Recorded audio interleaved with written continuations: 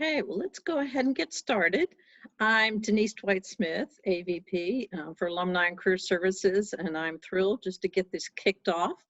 So let's get started, and I want to thank you all for joining us for this panel discussion on the lasting power of will and the women's gender and sexuality studies education. A few housekeeping notes just for everybody before we dive in. I know this is a little bit different format than what you maybe are used to, but you can view this as a webinar, like a virtual town hall or lecture hall. Please feel free to use the Q&A function at the bottom of the screen to ask any questions you have for the panelists, and we will incorporate them throughout the program. And now it is my honor to introduce one of my favorite people on campus, Dr. Mia Rianozzi Giannoni, the Dean of Westhampton College. Mia became the Dean of Westhampton College and the Associate Dean of the School of Arts and Sciences in July of 2016. Some of you might recognize that prior she was a faculty member here. She also teaches courses now in art and art history in WGSS. I'll pass it over to Mia now to share more about this evening's event and to get the conversation started. Thank you, Denise. And thank you everybody out there for joining us today for this wonderful panel discussion on the lasting power of a will WGSS education and the absolutely vital role of Women X in leadership. We are right now in such difficult and challenging times, and it is more important than ever that we work together so that all of our voices are heard and that we act, both as individuals and to amplify each other. To quote Sonia Renee Taylor, who was one of our many wonderful recent speakers in the Will Lecture Series, we need to be more than allies, we need to be accomplices, active agents of change. It is in that spirit that I'd like to take a moment now to celebrate that the Will program has reached its 40th anniversary. 40 years of teaching, studying, and living intersectional social justice. So please join me wherever you are in cheering or celebrating in your own way. Well, woo, 40 years. And now it's my pleasure to introduce the leaders of the Will program. Dr. Holly Blake. Holly Blake is the director of the Will program and the Associate Dean for Outreach Education and Development for Westhampton College. Dr. Melissa Uten is the Associate Director of the Will program and the Gender Research Specialist of Westhampton College. Both, of course, teach and advise in WGSS, and they are also the co-editors of a wonderful book. Hold up the book, my friends. Audacious Voices, Profiles in Intersectional Feminism, which is 12 stories from Will alums from 1984 to 2013. So right now, I would just like to turn it over to Holly to start us off. Holly. Thanks, Mia. I'm so thrilled to begin the introductions of our alum panel today. And we're going to begin with Haneen Abu Al-Neel, class of 2017. She was born and raised in Amman, Jordan, in a Palestinian household. After graduating from school in Jordan, she flew to the US to pursue her bachelor's degree in leadership studies and women, gender, and sexuality studies, or WGSS, at the University of Richmond. She recently finished her master's degree in ethics, peace, and human rights, and she works in international development. Hey, Haneen. Hi, Dr. Blake. And Alicia, next is Alicia Jiggins. Lisa, class of 2019. She's a second-year student at the University of Maryland Francis King Carey School of Law in Baltimore, where she is pursuing criminal law with a focus on juvenile justice and civil rights. She serves as the Teen Court Chair for Baltimore Outreach for Student Success and the Programming Chair for the United Students of African Descent at the University of Maryland at Baltimore. At the University of Richmond, Alicia studied criminal justice, political science, and WGSS. Hey, Elise. Bailey Lucian. Bailey's class of 2009 and currently serves as the Director for Programs and Impact at Girl Up, a global initiative for gender equality, hosted at the United Nations Foundation. At UR, she studied, among other things, international studies and women, gender, and sexuality studies. And she most enjoyed her time as a 3-year West Hampton College Student Government Association Senator and as a Will student. So welcome, Bailey. As a reminder, we've asked our 3 panelists tonight to speak to the lasting power and impact of a will and women, gender, and sexuality studies education. And to start us off, I'm going to ask Haneen to start. Thank you so much, Dr. Udin. I apologize to everybody. I'm going to be bumpy for a little bit. I'm still on the road, but I'll be a lot more stable during the Q&A. So to start us off, when Dr. Blake and Dr. Udin reached out to me, there's just so much that came to mind that I want to share about Will, the Will program, the Will people that I met during the program, and WGSS classes. But I think the journey for Will, for me, really started with a junior that I met during my freshman year, my first year, that introduced me to what the true spirit of Will would be. The junior truly introduced me to a spirit, a kind-spirited environment. She always took the time to learn about where I'm coming from, gave me space to share my perspective on things, which, as an international student who was really just timid and getting used to the unfamiliar lands of the US, it really was really deeply appreciated. And she was my entry point to the Will program. And, little did I know that I was going to walk into a world of very similarly type of people into the environment that Will kind of curated. So I think alongside of my journey of Will and WGSS, I was exposed to many people of different walks of life.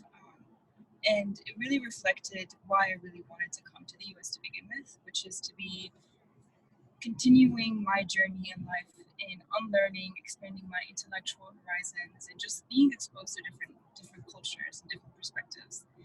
And Will did just that. And so I think among the many, many things that I've learned in Will is the concept of intersectionality and the matrix of oppression, which kind of go hand in hand. As a second year in Will, I was introduced to Dr. Kimberly Crenshaw's concept of intersectionality, and I chose to take that concept and model it in my life. So another thing and that was kind of my aha moment with Will. I think today, in the way that my WGSS kind of activism manifests itself in my life, in my WGSS classes, comes into life with recent events. So in the light of the George Floyd killing and the protests around the country, I've decided to take everything that I've learned in Will and my WGSS classes and push it towards my own community. Coming from Jordan, the Arab world, or just Middle Eastern North Africa rarely talks about race and ethnicities just because we don't have a box for race.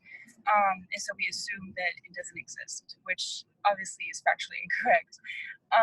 So I took my Will spirit and my WGSS education and decided to create a teach-in over this week and next week about anti-Blackness tendencies in the Arab world, which today was the first session and it went great. And I think that is kind of a real, true reflection of what I've learned in Will and my WGSS classes, but the true spirit of Will, which is taking everything that's happening around you and adding some actionable items to it. So that's my brief reflection on my Will experience in my WGSS classes, and I want to give the floor to Alicia to share her perspective too. Thank you, Haneen. Hi, everyone. So my Will experience and WGSS education have really given me the tools to affirm and preserve my space within institutions of higher education and other social spheres. Being a law student right now, I really believe that Will and WGSS have really taught me the importance of speaking up, seeking out people, and serving my community so that I can not only take charge of my educational experience, but also move myself, as Bell Hooks said, from margin to center within such institution. And these tools have really been essential to my journey as a Black woman navigating my first year of law school at the University of Maryland. Will really taught me how speaking up when I and others have been made to feel unwelcome or unprotected within social spaces is just crucial to being able to stay stable and to stay just kind of centered in the places where you are. And I found that although there's a stigma associated with being confrontational as a Black woman, um, there's a point in time where you have to overcome that stigma and realize that standing up for yourself isn't being aggressive. In the early days of my first semester as a law student, I was harassed by an older classmate who was constantly violating my personal space, demanding that I teach him the material that he missed because he was always late for some reason, and just making inappropriate advances. And, you know, at first being more of a passive person in general, I just kind of let it go. But after a point of time, that starts wearing on you, and you're just kind of wondering, like, you know, this isn't right. And so finally, after other people who claimed to be concerned about me but never spoke up kind of pointed out, like, hey, this isn't right, you need to stand up to him, I finally went to the administration at the law school, and they were really open and receptive to, you know, handling my needs in that situation and also making sure that he was disciplined appropriately. And I think if it hadn't been really for WGSS and Will teaching me how important it is to stand up for myself and make sure that I'm not put in uncomfortable positions, is something that I took with me to law school and where I'll take wherever I go after I graduate. And then Will has also made me value surrounding myself with people who think positively, progressively, and altruistically, and who are committed to the work of social justice. That's really helped me build a great community within the law school and within the city of Baltimore. And I think that having that community is crucial to student success as well as just success in the professional world, because learning and working is a collaborative process and a collective effort. And lastly, I think that Will's emphasis on community engagement and community-based learning really taught me the importance of applying my education to my service. And that's why I've really done a lot of work in the Baltimore community, despite the limitations on me as a first-year law student. And by doing that, I've been able to not do a lot of work, but to do meaningful work, such as volunteering with the Rebuild, Overcome, and Rise Center in Baltimore, where I've worked with victims' rights and legal advocacy on issues such as child custody, housing discrimination, and expungements. So that's kind of my experience and how I've carried Will and WGSS with me. And right now I'm gonna pass it on to Bailey. Alicia, thank you so much. And Haneen, thank you too. You know, it's incredible to hear different stories leading to the Will program. And as Alicia mentioned, my name is Bailey Lucian, and I'm a proud class of 2009 alumni of the Will program, the West Hampton College Government Association, and the College of Arts and Sciences. And when I was reflecting on the value of Will and WGSS in my life, I really had to start at that place before I had Will and WGSS in my life. And prior to arriving at the University of Richmond and West Hampton College, I had grown up in a really homogenous community in a suburb of Jacksonville, Florida. The community around me, outside of my own nuclear family, was largely conservative, white, Christian, and it was a very affluent community. And so from an early age, there wasn't a diversity of opinions and ideas in the community. Although my parents had taught me broad strokes feminist values from an early age, like girls can do everything boys can do, they encouraged me to speak up in my classes, to take higher level math and science, to play basketball, and to strive to be an informed, active citizen.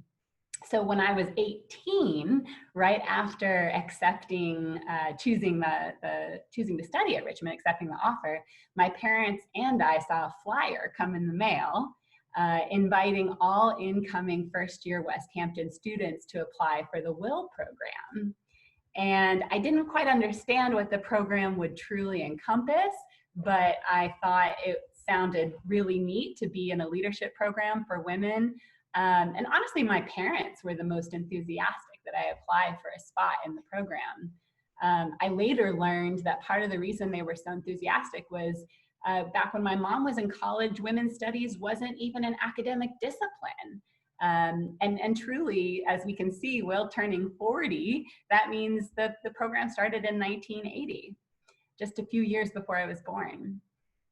In my first handful of WIL cohort gatherings at the University of Richmond, I met an incredible, diverse group of women who all wanted to learn more about feminism and how they could use their voice to change the world. And although we were in a university with world-class professors and facilities, misogyny still ran deep in campus culture and in our lives outside of the classroom. And it really was in my first year WGSS courses that I first learned that the personal is political. It's where I learned that, in the words of Adrienne Rich, I wasn't at Richmond simply to get my degree. I was there to claim my education, to not just read the canon of scholarly works by white men written for white men, but to actually learn about the history and the politics of the female experience from all backgrounds, as well as to learn from women professors. It was in my WGSS classes where I first learned about historical accounts of what we now call LGBTQI people throughout millennia. It was where I first learned about the Stonewall riots and the fears of the Lavender Menace during the second wave feminist movements. I later, last summer, went on to march in New York City at the 50th anniversary of the Stonewall riots. My WGSS classes were where I first learned about intersectionality, as both Haneen and Alicia have mentioned. I learned that the struggles of marginalized communities and the oppressions of those communities are linked. And it's the first time that I shared a space and leadership with my African American colleagues, my Latinx colleagues, my Asian American colleagues, my first generation American colleagues, my first gen college student colleagues, and my LGBTQ colleagues, just to name a few. I was learning from them and educating myself through our conversations at the same time as through the scholarly feminist works I was reading. And it really was in my WGSS and WIL spaces where I found community to question and to activate, to break down the fraternity and rape culture that I found in the early 2000s at the University of Richmond, where fraternities still had parties like Cowboys and Indians and Bros and Hoes, and even a reenactment of an antebellum Confederate ball annually by one fraternity. And it was during my senior year in 2008 to 2009 where WIL students and allies hosted a series of forums on campus for dialogue and activism after a fraternity email was leaked with really hurtful misogynistic themes towards the University of Richmond female students. It was in my WGSS and WIL communities where I found allies who supported my own personal journey of understanding my own not so quite straight sexuality and an oftentimes homophobic campus. And it was through WIL that I got to analyze my summer internship in Washington, D.C. by interviewing the women who worked at the law firm and by learning about the family leave and the maternity leave policies and learning about hiring and promotion tracks. It was through WIL that I got to present a paper on family leave policies at an academic conference. And so now at 33, it's been 11 years since I've graduated from West Hampton College with my minor in WGSS. In all of those years, I've continued to carry my education with me as I've gone on to pursue global activism for human rights and feminist aims. Here in Washington, D.C., where I'm coming to you today, my WGSS and WIL experience has set the foundations for how to have tough conversations with my white family, my white coworkers, my white community about racism and anti-racism. It's come in really, really, really good these days to support all of my Black colleagues and call for systems changes. And last weekend, joining tens of thousands of protesters here in DC for the Black Lives Matter marches.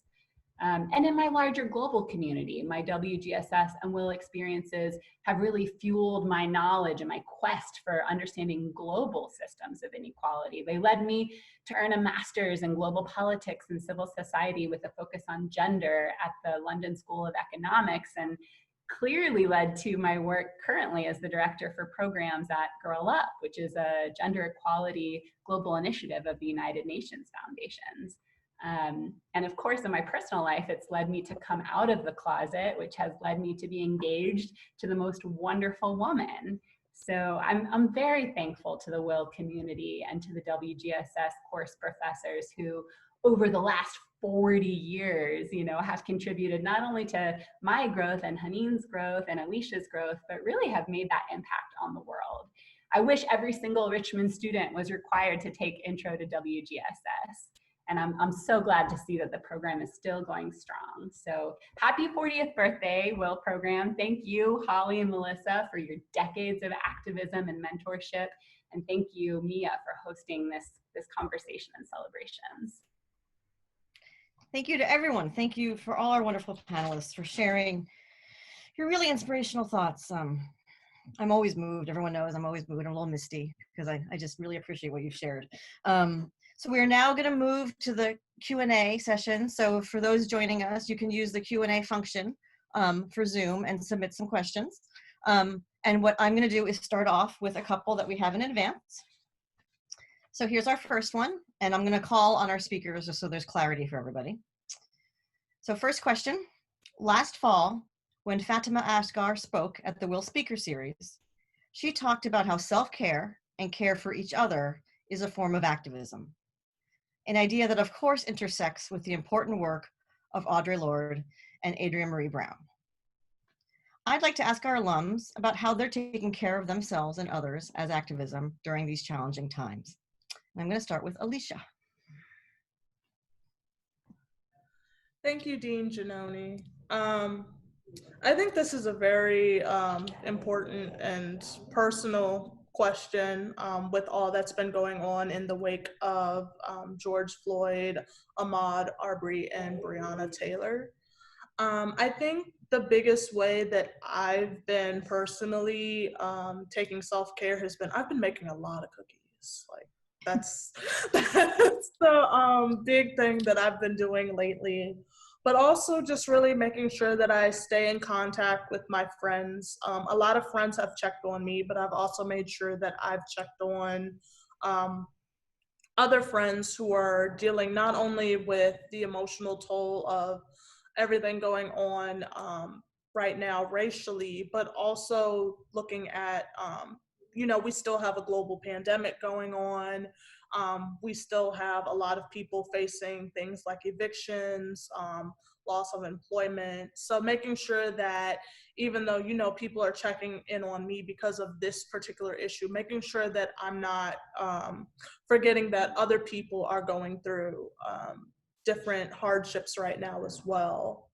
I've also been limiting my social media a lot because seeing a lot of the videos and it can be traumatizing when you keep seeing the same scenarios repeated with Black people. It can really wear on your soul. So I've been doing that to really take care of myself and, keep my mind, not necessarily off it, but to keep my mind focused on other things so that it doesn't wear me down. And then one thing, my form of activism has really been sharing my old work that I've done on Black Lives Matter. I actually had written my thesis in poli-sci back in fall of 2018 on Black Lives Matter protest tactics. And I actually had the opportunity to present that work in Fresno, Cali at a race, gender, and sexuality conference. And at the time, many people were asking, oh, that's not relevant anymore. You know, Black Lives Matter isn't a thing.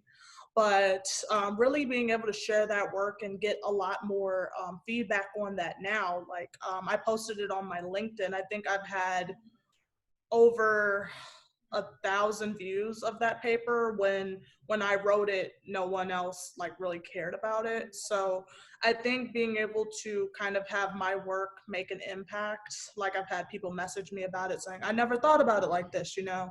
I think for me that's been self-care for me, because I haven't had to kind of rehash or make multiple statements, because I said it 2 years ago. So here it is again, Black Lives Matter, you know.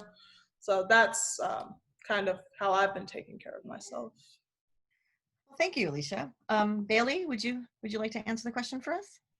Yeah, I love that. And I love that your answer, Alicia, talks about giving yourself permission to nourish your body and to eat what you need to eat. And this concept of self-care has really become so pervasive when we're talking about Girl Up and my work with the thousands of youth activists around the world. When I'm on my own Instagram, I'm being marketed products, you know, in the name of self-care. And I do agree, and I do believe that self-care for me sometimes does look like taking a time to be with my thoughts and to meditate and to just have alone time, you know, and disconnect, unplug in this world that's constantly throwing information at us through all angles. But then there's this other piece of self-care that I've been learning more about, and that is really important to me, and that's self-care, caring for myself in a way that no one else can and no one else will. And it's about believing in myself. It's about believing in my abilities and that my experiences are valid, my feelings are valid, you know, giving myself the space and the time to feel what I need to feel and not trying to stuff it down or ignore it, right? But really trusting in myself and my instincts. And it's something that I'm carrying with me right now in this time period, certainly.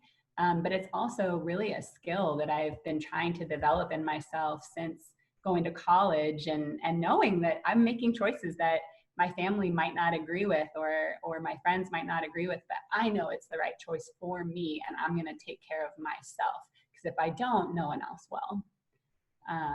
So those are my thoughts kind of on that subject. Thank you. And Haneen, would you like to answer? Yeah, thank you, Nijoni. I want to echo everything that Alicia and Billy said. I'm in the corner nodding my head so hard, because I agree with everything. I think self-care as well looks very different because, you know, emotions are a spectrum, and so it looks very different at which point, you know, you feel anger, you feel tiredness. So I think I found myself doing different things for self-care at different times. And so at the beginning of last week, I was very exhausted, and I think my self-care was just watching old, maybe like stupid videos with me and my family, or just like movies that are like cliche, and just like detaching myself from what is happening outside the world, and that allowed me to recharge. But I think the most rewarding form of self-care that I've been practicing lately is really holding space for community as relevant to today's world. So I think, you know, that what's happening in the world right now, and what was happening with COVID-19, with like a lot of, you know, just like xenophobic attacks on like my, you know, Asian colleagues, friends around the world. I think all those incidents have made me very inclined to start thinking about allyship differently. I think I've been having a lot of these conversations with some of my friends about what does allyship mean? What does actionable allyship look like? And I think lately my self-care has been holding myself and my fellow allies in community together and digging deeper into the layers of what allyship looks like, and more particularly for me in allyship in the Arab community, and what does that look like, and the layers of how can you be an ally, and I think because I graduated as well, that intellectual stimulation was really rewarding, in knowing that I can just channel my frustration and my anger in a direction that not was only productive, but was also in a way cathartic, because you can hear other people's experiences, and how they are leading them into new layers of exploring themselves, and understanding patterns.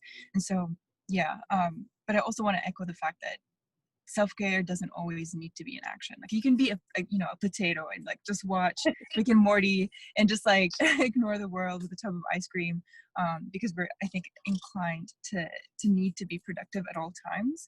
And I think sometimes it's totally okay to just disconnect from everything and just hug that tub of chocolate ice cream with extra brownies, and just watch whatever. Yeah, your closing words, Haneen, just so bring home Audre Lorde to me again. The just that it can be a political action, right? Just care for self and acknowledging the importance of that, and not letting anyone tell you otherwise. Just a really important thing, I think, that's always has stayed with me. So we also have a question that an alum wrote in advance, which actually segs beautifully from this, and I'm going to ask Haneen to start once I've asked it, because she brought it up first in her thoughts. So the question is about the importance of intersectional social justice, critical thinking, and action right now. Kimberly Crenshaw, who coined the term, just released a TED Talk on June 3rd called The Urgency of Intersectionality. And I think that phrase is just, it just resonates with me right now. So I'll ask our speakers to comment on that, starting with Haneen. Yeah, so I think intersectionality has always been important, right? And so this is a moment where we're invited as an international community to take a deeper look, a closer inspection, and what does that look like? And my friend keeps saying like the phrase of like being an actionable ally. Like it's great, that you posted Blackout Tuesday, that Black Bloc, and now you are part of this larger movement and you feel motivated. But what does it mean to be an actionable intersectional ally? And I guess for me to kind of, not to like harp on this one example that I have, but lately has been asking questions of, how have I, as an ally, could have done better in certain ways, in certain, corners of my life, certain relationships that I've had. And then taking that conversation, that same energy, and holding my, family accountable as well. Because I think what's really interesting and unique about this moment in time is that the news always U.S. news particularly makes its way to Jordan all the time. But particularly, this moment has, it shook Jordan in a way that I've never seen before. And it allowed me to take that intersectionality and hold that space, introduce all my WGSS courses into the family WhatsApp group of like, translating them into Arabic, or like, trying to Arabize it. And I think that was all thanks to my understanding of intersectionality in following Dr. Crenshaw's journey of explaining that and digging deeper into that. I don't know if that kind of like answers the question or the comment, but those are my thoughts on that. Absolutely, it does. Thank you. How about Alicia? Would you like to comment? Sure. Thank you so much, Haneen, for your insight on that. I think you said earlier that intersectionality and oppression, like oppression is like a web. And I think that's a very important, not only an analogy to make, but also imagery. If you think about oppression as a web, all forms of oppression are linked. And I think that often, sometimes we think of activists as focused on like one concrete issue. But I think that to be silent on some issues and vocal on others doesn't really promote full advocacy or activism. If you think about the fact that, yes, I'm advocating because I want to reduce police brutality, I also have to advocate for, anti-poverty initiatives. I also have to advocate for better education. I have to advocate for better environments so that big companies aren't dumping all their waste in these disadvantaged neighborhoods. In order to better improve, when we say Black Lives Matter, it can't just be, Black men. It has to be Black women, Black transgender individuals, Black members of the LGBTQ community. Everything's connected. And I think, for the most part, I think that activism has more than one face. And I think that that's something that we have to think about. And I think that's something that Dr. Crenshaw has really emphasized when she coined the term, so that we're not thinking like, oh, it's just, race and gender. It's also race, gender, class, education, environment. Like there's so many factors, and we have to really make sure that we dig in on those things. All right, thank you. And Bailey, do you want to chime in? Yeah, I love it. Honey, now I'm the one in the corner bobbing my head. Yes, yes, yes.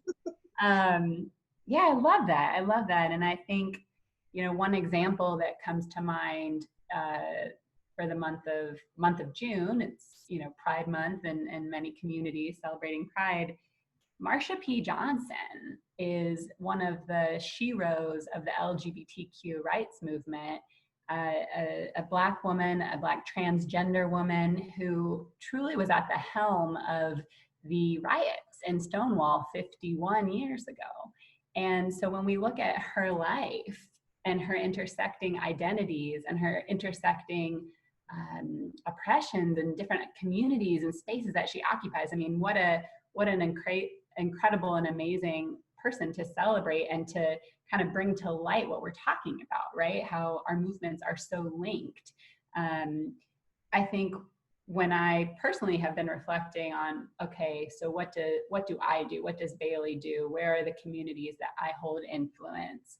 I think there's been this actionable ally that Haneen is talking about. There's been a lot of calls to, okay, posting on Instagram is a first step. Great, keep doing it. Keep elevating Black women voices.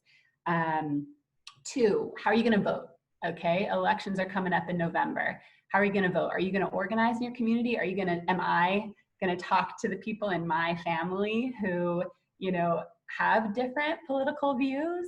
These are tough conversations, right? It's a lot easier for me as a white woman to post on my social media, I care about this, than it is to turn to a family member and say, hey, this is someone that you voted for and this is the impact that it's having, and I want to talk to you about that and my feelings on that, and come to you in a way that we can actually hold space to have that conversation, not as enemies, but as people who can learn from one another and impact one another and be vulnerable. Where am I spending my money, right? I've seen these great lists of Black-owned businesses in Washington, D.C., prioritizing, am I gonna buy my book on how to be an anti-racist from Amazon, or am I gonna buy it from a Black-owned bookstore? You're right, like there are the power of the purse, the power of the vote, the power of the personal relationships and the conversations, and then also, what are we reading? What are we feeding our minds? And again, there's so much reading that, yeah, I started in WIL, but it's a lifetime of education. So those are the thoughts I have on that subject. Thank you all. So now we have a question that's switching it up a bit. It's actually for the doctors. Those of you who are in the know that that is the affectionate term for Dr. Blake and Dr. Uden, Holly and Melissa. So the question is, could you talk about the title Audacious Voices and tell us a little bit more about that and what it means? So I'm trying to gauge from looking at you who wants to talk about it, and Melissa's nodding, so she wins. Melissa, would you like to take that? Sure. So Audacious Voices actually came from an alum. So It came from Cammie Dunaway. Cammie was in Will's first graduating class of 1984. And she talked about this in her, so part of the way we put the book together is we did these extensive interviews with these alums, and she talked about this concept of audacious voices. And when we were putting the collection together, it really resonated with us. We're like, yeah, this audacious, right? It's so rich. We have sort of in the beginning of it, sort of a definition of audacious and why that's really powerful. So we thought it was very apropos that we take it from an alum and then amplify that. And Holly, I don't know if you want to add. You're muted. You're on mute, my dear. Of course. It just goes to show we didn't script it out. I knew that would happen. Okay. So it did give me a minute to look up the definition we specifically use for audacious, which is showing a willingness to take surprising or bold risks. And we thought if anything describes our Will graduates and our Will students, it is this willingness to take surprising or bold risks. And now I'll let Holly comment. No, I think I'm just so happy to be doing this and just listening to Alicia and Haneen and Bailey. I mean, that's just like, yes, I don't think we need to say any more that Audacious Voices is it's a great title. Yeah, because we're watching it in action right now. Yeah, right? exactly. All right, so I'm going to try to form this into, this is a great question, but it's a little complicated. So the question is about, could we speak to the imbalance of domestic responsibility, which is a constant issue, of course, has layers in different nations, et cetera, and then has reached a sort of a crescendo, shall we say, currently, right? Now that we're in the home and the pandemic and all the various things that are pushing down upon that issue as well. So I think I'll start with Bailey. Bailey, would you like to start to answer that for us, please? Yeah, absolutely. I'd be happy to. When I was first exploring the issue of unpaid labor and paid labor, and in particular unpaid labor in the home, when I was in the Will program, what I was learning was that there is not a standard metric by which all countries in the world approach the issue of parental leave. And that was such a striking realization for me, that although economically the United States might have one of the highest GDP in the world, when it came time to the care that we give to our families, and particular to new parents of any gender, we're one of the lowest countries in the world, not having any nationally mandated paid leave. And that's something that when I was in the Will program, I was looking at from a very academic lens. And now, as an older person in my 30s, that's actually something that I'm looking at as a personal lens, because remember, the personal is political. So as I'm looking with my partner to start a family, we're exploring, well, what does leave look like at my nonprofit? What does leave look like at her company? What does the value of that unpaid labor at home raising this child in their first year or years of life look like? And to be honest, you know, we're two women, right? So we're already up against the deck of women earning 75 cents to every white women earning 75 cents to every dollar that a man is earning. So it's something that's very fresh in my mind. And I think what I can speak to from personal experience during COVID times is that we have made a little whiteboard chart where we have divided up our cooking duties, our dog walking duties, our cleaning duties, and these things that have to get done but are unpaid. So those are my thoughts right now about that. Excellent, thank you. So now I have two questions that are very specific and directed specifically. So the first is for Alicia, and it's a question about what you want to do with your law degree. Great question. The big thing I want to do is replace Clarence Thomas. So y'all have to deal with him for at least another 15 to 20 years. I'm sorry, I just got to get the judge thing going. That's the biggest thing I want to do with it. I want to be the first Black woman on the Supreme Court. But in the near future, I want to go into criminal prosecution. I want to really upset the status quo. Right now in America, 95% of US prosecutors are white. And if we're living in a situation where mass incarceration disproportionately affects Black and brown people, you're kind of seeing the dichotomy between like who's in the dominant position and who is in the subordinate position. I really want to do prosecution because I think that a lot of times Black people get funneled off into defense. And while defense is really noble, and I'm not bashing defense at all, prosecutors tend to have more power and discretion. And I think that having more people of color in that position can really help to get the laws rewritten and to get these sentencing disparities really kind of ironed out. One of the papers I wrote, I think it said for every sentence that a white person gets, a Black person will serve 12% more, even if it's the same crime.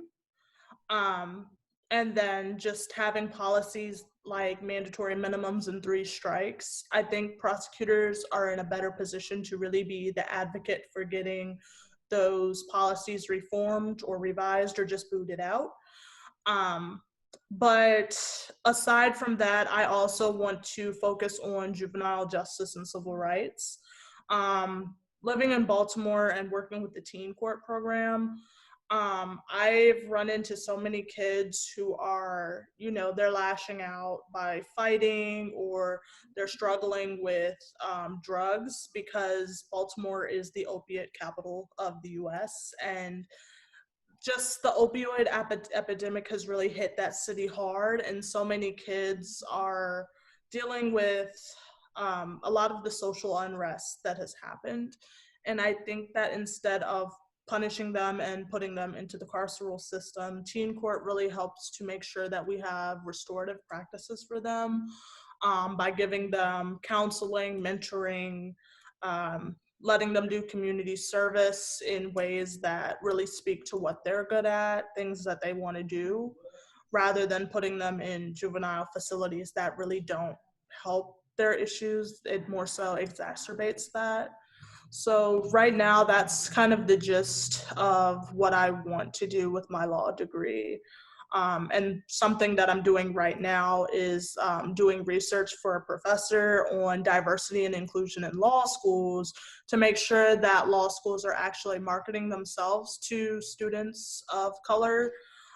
Because my school, just like Richmond, is a predominantly white institution. And even though our class is 200 plus, there are only 17 Black women and 1 Black male in my class. So that's kind of where I'm at right now. So we have 2 questions that come in. And what we're gonna do is we're ask these 2 questions and then we're gonna do an exciting surprise. So I'm just giving you all a preview of what's about to happen. So I've just moved it around a bit. So I'm gonna ask another question to the doctors and then Haneen, I'm coming for you next. Okay, so just so you know, that's what's gonna happen in the world. Okay, so the question just came in is, how has the WGSS curriculum evolved?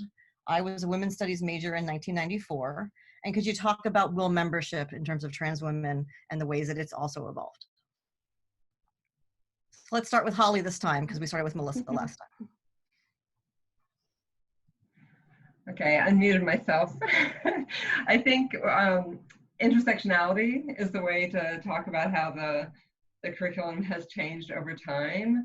We just do not talk about gender alone now. It is always with race, with nationality, with sexuality, with class.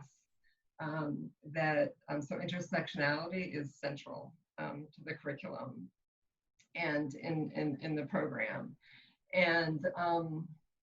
And we talk about gender expansively. So gender identity is now very much a part of the program, and it's also reflected in terms of who the program is for. So the program has shifted over time as the field has, and so WIL is now open to women, trans, and gender nonconforming students. Thank you. Okay, Haneen. The question for you that is on deck is, could you talk about what's been most satisfying for you recently, whether in your studies or in your current job? So what has been the most wonderful for you, basically? Yeah. Thanks for that question, because I've actually been trying to dig deeper into things that make me happy the past few weeks. So I just landed a job in January with the National Endowment for Democracy here in DC. And I couldn't be happier with my position. Moving away from Jordan was, at the beginning, was a temporary decision. I was like, oh yeah, I'll be gone for 4 years and I'll come back with a degree that everybody thinks is going to land me unemployed. Which, in a moving economy, in me not knowing what to do back home, landed me back here in the US. So recently I work specifically on the Levant, so Jordan, Palestine, Syria, and Lebanon, and the National Endowment for Democracy works specifically with civil society. So it's been my window to the front line of what's happening on the ground, because really my dream was to go back home and change Jordan through civil society action and activism and organizing, and my job has been allowing me to see that, and I constantly am in awe of what people are saying and learning on the ground, and what are they seeing, and I'm learning so much. And like I guess the one thought that I have is like, I feel so fortunate, not only to have a job during this pandemic and in keeping it, but also, to like, I get to be in my office, in my virtual office, with people from Lebanon, from Jordan, like, all in the same day, like, and it feels like time travel, honestly. And so that's been, my one source of happiness lately. Lovely, thank you. That's a really wonderful answer, and I'm glad that you answered it with joy too, because that actually a beautiful segue, once again unplanned, for our surprise. So we thought we would end, time permitting, with this lovely video that was made this summer about Will, and I'm going to turn it over to Holly to introduce it, so you have some context for it, because it's a clip. And Holly, once again, proving that this is all live, was muted. So sorry. One of the things I love about Holly is that she's very consistent. Okay, I'll start again. What follows is a clip from a Will video made by the 2019-20 Will president, Helen Lee, to celebrate the year, and she made it on her cell phone. She showed it at our last full membership meeting held via Zoom. It beautifully highlights much of what the student organization accomplished this past year and the community and fun that is Will. The clip begins with footage taken at our overnight retreat for new members. So please hit play. Okay, first I will share my screen, which is a necessary precondition.